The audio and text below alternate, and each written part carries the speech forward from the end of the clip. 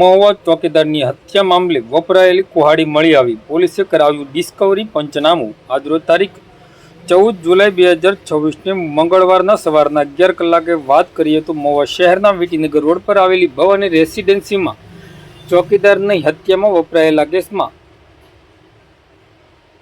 પોલીસે કુહાડી કબજે કરી છે અને પોલીસે વધુ તપાસ હાથ ધરી છે. હત્યાના આરોપીની ધરપકડ બાદ આજે પોલીસે આરોપીને સાથે રાખી ઘટના સ્થળે લઈ જઈ ડિસ્કવરી પંચનામું કરાવ્યું હતું. તપાસ દરમિયાન આરોપીની નિશાનદેહી પરથી હત્યામાં વપરાયેલી કુહાડી ઘટના સ્થળ પરથી કબજે કરવામાં આવી હોવાનું સામે આવ્યું છે. પોલીસે આરોપીને ઘટના સ્થળે લઈ જઈ સમગ્ર ઘટનાના પુનઃનિર્માણ કરી વધુ તપાસ હાથ ધરી હતી. આ સમગ્ર કાર્યવાહી દરમિયાન પોલીસ અધિકારીઓની હાજરીમાં પંચનામું કરવામાં આવ્યું હતું. પોલીસ એકત્ર થયેલા પુરાવાના આધારે કેસની તપાસને વધુ વેગ મળ્યો છે. મહુવા શહેરમાં ભારે ચકચાર મચાવનારા હત્યા કેસમાં હવે પોલીસે વધુ પુરાવા એકત્ર કરી આરોપી સામે કાયદેસરની કાર્યવાહી હાથ ધરી છે.